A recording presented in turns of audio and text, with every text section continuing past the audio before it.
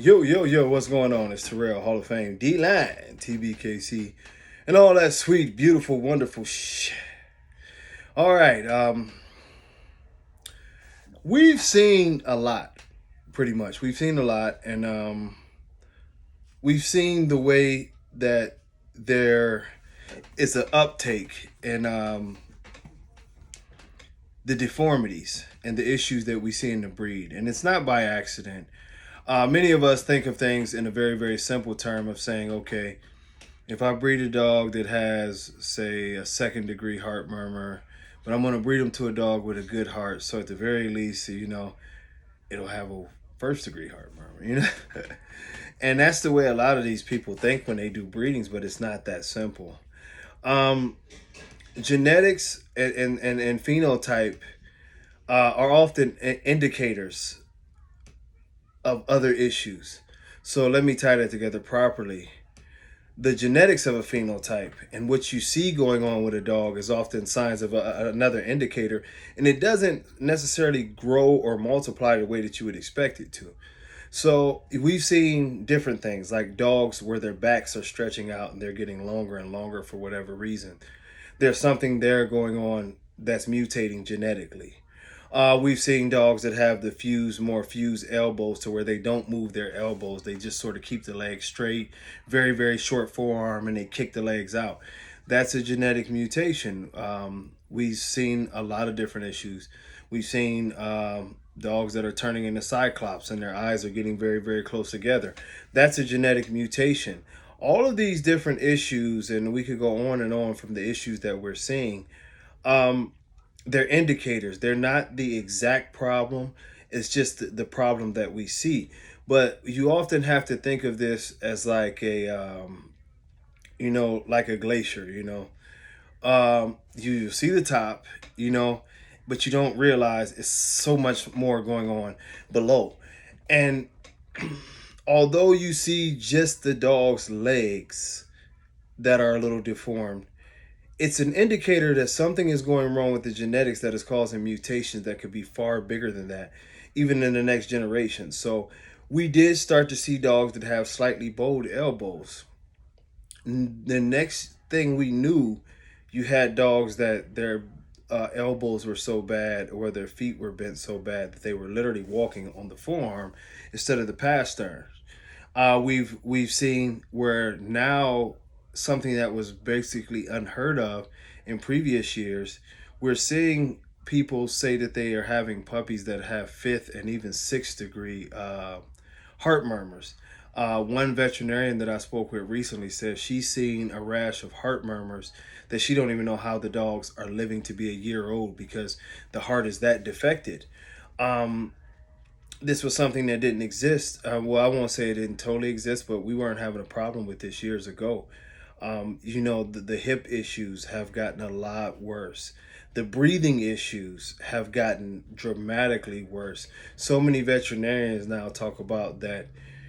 They'll just put it this way. One veterinarian in particular, who's a specialist veterinarian, has decided, for these breeds that he was going to go into mostly airway surgeries and different things of that way, fixing the nares, elongated palates, and different things like that because it's such a need for it because people continue to do reckless breeding.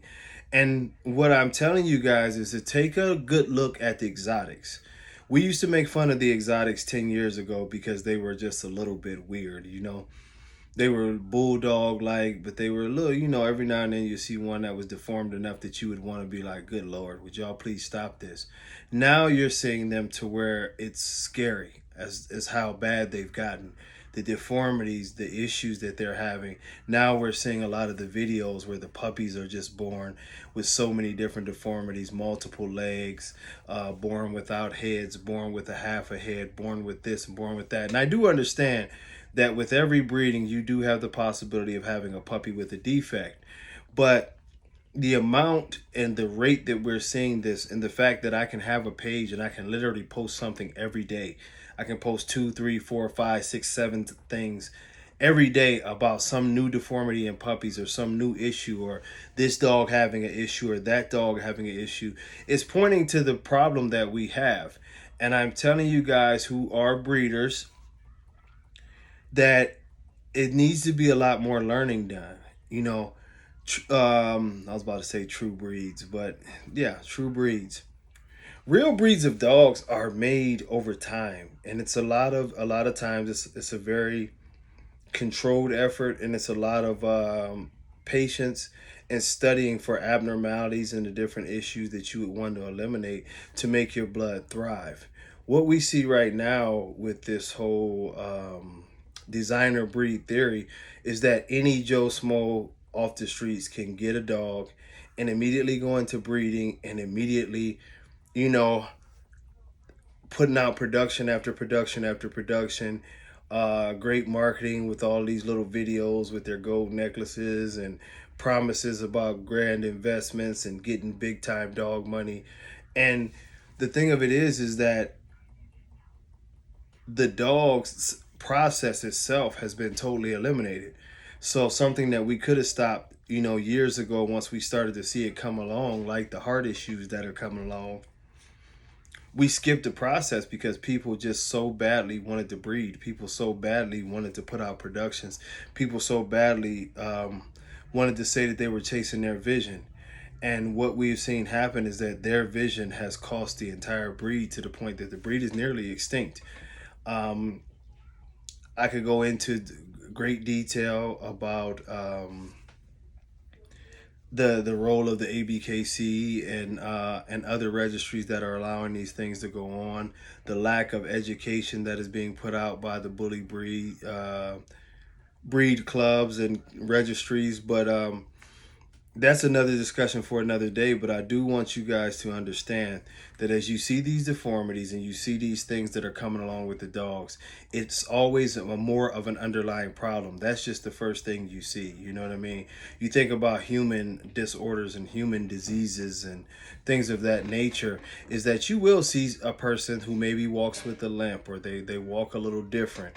And you're like, okay, well, what disorder does he have to make him walk like that? What you're seeing them, how you're seeing them walk, is not the disorder. You know what I mean? It's a lot other things going on a lot of times with certain disorders, and I don't want to specify one, but with certain disorders, we will see something that in the phenotype we can see, hey, this person's a little different. They got something going on with them. But the internal workings and everything else that's going on inside of them are other issues. And if those issues are compounded, they can become very, very severe. And fortunately, in people, we tend to be a lot smarter about how we treat our own personal health and the things that we do personally. And it helps a lot. With the dogs, unfortunately, no matter what the abnormality or the issue is, if people like it, we'll breed it. If it's a pattern that people like, if it's a color that people like, we're going to keep on pushing forward. And the problem that we've got now is we are far more on the other side, to where the dogs have a lot of abnormalities and difficulties and issues than where we should have been, where we were eliminating these issues. The look of the dog itself, I mean, I posted dogs from 10, 15 years ago. The dogs were beautiful. It wasn't a big problem. The dogs were getting better as far as their looks. We could have stayed on that path and we could have made a great breed. Instead, now it's almost like starting all over. What I'm doing, unfreezing some straws and doing different things of that nature to bring back a healthy dog that can function and that can be a good family pet, amongst other things, But I will go further into this when I go back live. I'm going to go live Friday. I've taken some time out to be with the kids, and, it's a special time, feeling a lot more normal after all of these accidents and nonsense. But it's we have to start going into the education of what could happen if we compound bad genes, because that's what we're seeing happen. And some of it's very, very catastrophic. Some of it's to the point that, like what we're starting to see, where dogs, just, there's no way that this dog can live. You're seeing dogs that are built like something out of a comic book, But until next time, y'all, duty calls. Much love. Peace.